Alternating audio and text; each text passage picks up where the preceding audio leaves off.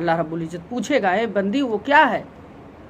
وہ بندی جواب دے گی اے اللہ میں اس کی بیوی تھی، یہ میرا شوہر تھا، لیکن اے اللہ اس نے کسی دن مجھے نماز کا حکم نہیں دیا۔ اللہ رب العزت کہے گا کہ اے فرشتو اس میرے بندی کو لو، ادب احترام سے جنت میں داخل کر دو، اور اس میرے بندے کو، یہ جو حاجی نمازی تہجد گزار میرا بندہ ہے، اسے منہ کے بل گھسیٹ کے جہنم کے اندر پھینک دو۔ جب وہاں حاجی نمازی اتنے جرم کے لیے جہنم میں جا رہے ہیں تو بے نمازیوں کا کیا حال ہوگا؟ وہ تو اللہ ہی فیصلہ کرے گا۔ بے نمازیوں کا حال ہی کیا ہے وہ تو اللہ ہی فیصلہ کرے گا۔ جب روزہ رکھنے والا، نماز پڑھنے والا، حج کرنے والا، زکوٰۃ دینے والا اتنی سے غلطی کے بنا پر جب وہ جہنم میں جا سکتا ہے تو ہمارا تمہاری حیثیت ہی کیا ہے مسلمانوں؟ اللہ کے نبی صلی اللہ علیہ وسلم فرماتے ہیں کہ جب بندہ کہتا ہے اللہ اکبر، اللہ رب العزت کہتا ہے یہ فرشتوں دیکھ لو میرا بندہ میرا تعریف بیان کر رہا ہے، میرا حمد بیان کر رہا ہے۔ اور جب کہتا ہے اہدنا الصراط المستقیم، یہ اللہ ہمیں سیدھے راستے پہ چلا، اہدنا الصراط المستقیم، یہ اللہ ہمیں سیدھے راستے پہ چلا۔ جواب میں اللہ رب العزت کہتا ہے کہ یہ فرشتوں یہ دیکھ لو میرے بندے کو، جو کھایا یہ بھی حرام کا کھایا، جو پیا ہے وہ بھی حرام کا پیا ہے، جس بستر پہ سویا تھا وہ بھی حرام کا ہے، جو خون اس کے رگوں میں دوڑ رہا ہے وہ بھی حرام کمائی کا ہے۔ اے فرشتوں بتاؤ میں اس کے گناہ کو کیسے قبول کروں، اس کے دعا کو میں کیسے قبول کروں؟ تو اس حدیث مبارکہ سے پتہ چلا کہ چاہے کوئی کتنا بڑا ولی ہے، چاہے وہ کتنا بڑا عالم ہے، چاہے وہ کتنا بڑا محدث ہے، اگر حرام خوری کر رہا ہے تو اللہ رب العزت کے بارگاہ میں اس کی ایک بھی دعا اللہ یہاں قبول نہیں ہے، کیونکہ یہ اماں عائشہ کی روایت ہے کہ ایک بالش اس انسان کی دعا اوپر جا ہی نہیں رہی ہے، جاتی ہی نہیں ہے اس کی دعا، اگر جو انسان حرام کھا کے بیٹھا ہے یا حرام کھا کے سویا یا حرام کھا کے دعا کر رہا ہے۔ پھر اس کے بعد میں جب بندہ کہتا ہے سبحان ربی العظیم، اللہ رب العزت کہتا ہے فرشتوں دیکھ لو میرا بندہ میرا حمد و ثنا بیان کر رہا ہے۔ اور اس کے بعد میں کہتا ہے سمیع اللہ لمن حمد ربنا لک الحمد حمدا کثیرا طیبا مبارکا فی، اللہ رب العزت کہتا ہے فرشتوں گواہ ہو جاؤ اس دن کے لیے جس دن کوئی کسی کے کام نہیں آئے گا۔ بیٹی ماں کو دیکھ کے بھاگے گی، بیٹا باپ کو دیکھ کے بھاگتا ہوگا، وہاں کوئی کسی کے کام نہیں، ہر انسان اپنے نفسی میں پریشان ہوگا۔ میرے بھائیوں اور دوستو، بخاری شریف میں یہی ایک روایت آئی ہے کہ وہ انسان کل قیامت کے دن عرش الہی کے سائے میں ہوگا، 7 انسان عرش الہی کے سائے میں ہوں گے قیامت کے دن۔ ان میں سے ایک انسان وہ ہے کہ جس کا دل مسجدوں سے لگا ہوا ہوتا ہے۔ مسجدوں سے لگا ہوا مطلب یہ ہے کہ ایک نماز اس نے پڑھ لیا، دوسرے نماز کا فکر ہے اسے، ایک نماز پڑھ کے آیا ہے، دوسرے نماز کا فکر ہے اسے، اگر جوہر پڑھ لیا تو عصر کا اسے فکر ہے۔ وہ نوجوان بھی عرش الہی کے سائے میں ہوگا، وہاں کسی کا سایہ نہیں ہوگا۔ اور جو انسان کو عرش الہی کا سایہ مل جائے تو اس کے لیے تو تمام مشکلات آسان ہی آسان ہے، اور جس کو عرش الہی کا سایہ نہیں ملا تو اس کے لیے اور بھی معاملہ سب بیکار جائیں گے۔ مسلمانوں، نماز ایک ایسی عبادت ہے کہ نماز کسی بھی حال میں معاف نہیں ہے، وہاں جنگ میں معاف نہیں ہے۔ اور جب بندہ کہتا التحیات للہ والصلوات والطیبات، اے اللہ میں اپنے زبان سے اقرار کر رہا ہوں کہ اللہ تیرے علاوہ کوئی معبود برحق نہیں ہے، اے اللہ تو ہی میرا رب ہے، اے اللہ تو ہی میرا پالنے والا ہے، اے اللہ تو ہی مجھے کھلانے والا ہے، اے اللہ تو ہی اولاد دینے والا ہے، اے اللہ تو ہی بیٹا اور بیٹی دینے والا ہے، تیرے علاوہ کوئی معبود برحق ہے ہی نہیں۔ اور نماز کے اندر کہتا ہے اے اللہ میرے جسم کے ایک ایک اعضا گواہی دے رہے ہیں کہ تیرے علاوہ کوئی معبود برحق نہیں ہے۔ اور پھر کہتا ہے اللہم انی ظلمت نفسی ظلما کثیرا ولا یغفر الذنوب الا انت فاغفر لی مغفرۃ من عندک وارحمنی انک انت الغفور الرحیم۔ اے اللہ اللہم انی ظلمت نفسی، اے اللہ ہم نے ظلم کیا، ظلم تو نفسن ظلمن کثیرا، اے اللہ میں نے بہت زیادہ ظلم کیا ہوں، تیرے علاوہ کوئی بخشنے والا نہیں ہے، تیرے علاوہ کوئی معاف کرنے والا نہیں ہے، فاغفر لی مغفرۃ من عندک وارحمنی انک انت الغفور الرحیم، انک انت الغفور الرحیم، اے اللہ تو اپنے رحمت سے ہمیں بخش دے۔ جب بندہ اللہ سے کہہ رہا ہے کہ تو اپنے رحمت سے بخش دے، پھر انسان کہتا ہے کہ اللہ ان کے وسیلے سے بخش دے۔ ارے وسیلہ ہے کیا؟ وسیلہ نماز، روزہ، حج، زکوٰۃ، صدقات، اعمال الصالحہ، یہ وسیلہ ہے اللہ تک پہنچنے کے لیے۔ ابھی ہمیں اور آپ کو اگر پتہ چل جائے کہ وہ انسان برا ہے، وہ انسان بہت کمینہ ہے، ہم اور آپ اس کے قریب نہیں بیٹھیں گے، یا کبھی اس کے قریب ہم کھڑے ہوں گے؟ جس کو اللہ کہہ رہا ہے کہ بہت ظالم ہے، جابر ہے، یہ بہت شیطان ہے، فرعون، اللہ رب العزت فرماتا ہے کہ نماز نہ پڑھنے والوں کا حال قیامت کے دن تم دیکھو گے کہ وہ فرعون، ابو جہل، ابو لہب، عتبہ، عتیبہ، شداد، بڑے بڑے کافروں کے ساتھ صف لگائے کھڑا ہوگا۔ یہ نماز نہ پڑھنے والوں کا حال ہے۔ جو نماز نہیں پڑھتا، اللہ کے نبی صلی اللہ علیہ وسلم فرماتے ہیں، ترمذی کی روایت ہے کہ وہ انسان اپنے آپ کو فرعون بن رہا ہے، وہ فرعون بن رہا ہے۔ فرعون ہی کہتا تھا انا ربکم الاعلی، میں سب سے بڑا رب ہوں۔ جو انسان نماز نہیں پڑھتا وہ سمجھ لے کہ وہ مسلمان ہی نہیں ہے۔ حضرت عمر فاروق رضی اللہ تعالیٰ عنہ کے بارے میں آتا ہے کہ ابو لولو انہیں جب نیزہ مارا، پیٹ پھٹ گیا، کھانا پانی جب پیٹ سے باہر نکلنے لگا، حکیم آئے، طبیب آئے، صحت پلا رہے ہیں، پیٹ کے راستے سے باہر نکل رہا ہے، کھانا کھلا رہے ہیں، پیٹ کے راستے سے باہر نکل رہا ہے۔ کسی نے کہا امیر المومنین، آپ کی فجر کے وقت 1 رکعت نماز فوت ہو گئی تھی۔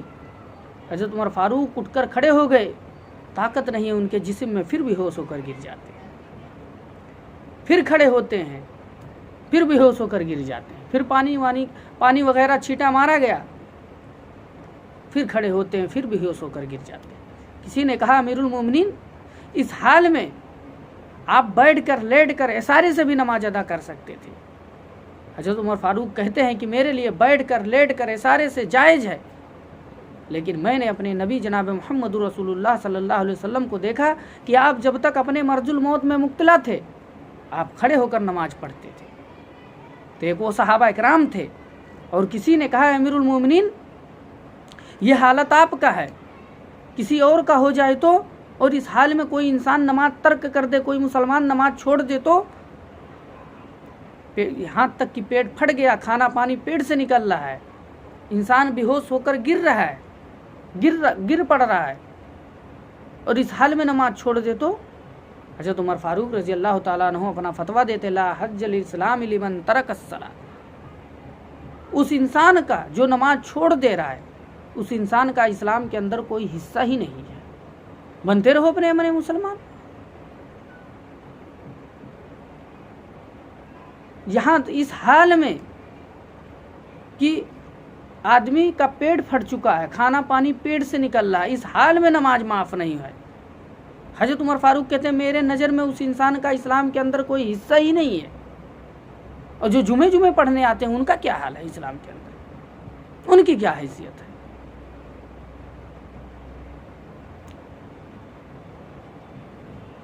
اللہ رب العزت کہتا ہے کہ ویل ہے ان نمازیوں پہ، ویل للمصلین، ویل ہے، ہلاکت ہے ان نمازیوں کو جو نماز کو پڑھتے ہیں لیکن چھوڑ کے پڑھتے ہیں۔ اور جو جمعے پڑھتے ہیں ان کی کیا حیثیت ہے اسلام کے اندر؟ جس طریقے سے اللہ رب العزت کے سامنے کسی نبی کی وہاں چلے گی، کسی نبی کی نہیں چلے گی۔ حدیثوں میں قرآن مجید کے آیت کریمہ میں، قرآن مجید میں آتا ہے کہ حضرت ابراہیم علیہ السلام اپنے باپ کے لیے کہیں گے، اے اللہ یہ میرا باپ ہے، اے اللہ یہ میرا باپ ہے۔ اللہ رب العزت جواب دے گا، انی حرمت الجنت علی الکافرین۔ اے ابراہیم، تو نے سنا نہیں تھا، ہم نے کافروں کے اوپر، مشرکین کے اوپر ہم نے جنت کو حرام کر دیا تھا، حرام ہے ان کے اوپر جنت۔ ابراہیم علیہ السلام اگر صرف کہیں گے تو اللہ ان کو یہ جواب دے رہا ہے۔ ابراہیم علیہ السلام اگر کہہ دیں تو اللہ یہ جواب دے رہا ہے، وہاں کسی نبی کی چلے گی؟ نہیں چلے گا۔ اللہ کے سامنے کسی نبی کی نہیں چلنے والی ہے، اور نبی کے سامنے کسی امتی کی چلنے والی ہے؟ نہیں چلے گی۔ تو اسی طریقے سے فرض نماز کے ہوتے ہوئے انسان ایک وقت نماز چھوڑ دیتا ہے، فَإِنَّ مَن تَرَكَ الصَّلَاةَ الْمَكْتُوبَةَ مُتَعَمِّدًا فَقَدْ كَفَرَ فَقَدْ بَرِئَتْ ذِمَّةُ اللَّهِ، جو انسان ایک وقت کی نماز کا قصداً جان بوجھ کر چھوڑ دیا اس نے کفر کیا۔ جو انسان ایک وقت کی نماز چھوڑ دے جان بوجھ کے اس نے کفر کیا۔ اور جو جمعے پڑھتے ہیں ان کی کیا حیثیت ہے اسلام کے اندر؟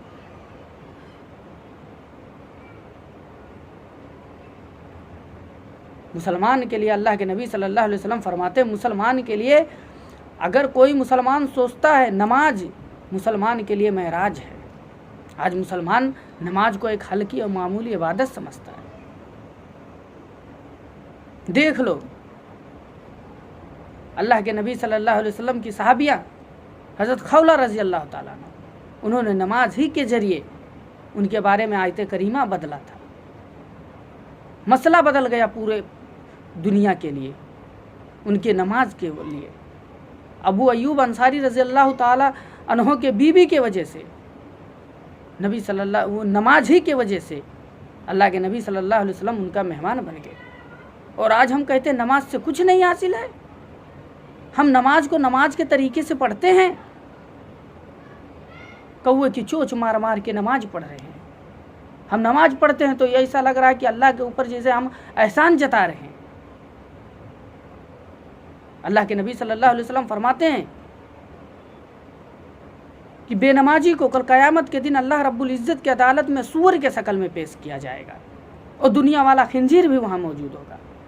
اس کو اللہ رب العزت وہ کہے گا، دنیا والا خنزیر کہے گا، اے اللہ یہ کون ہے ہمارے شکلوں کا؟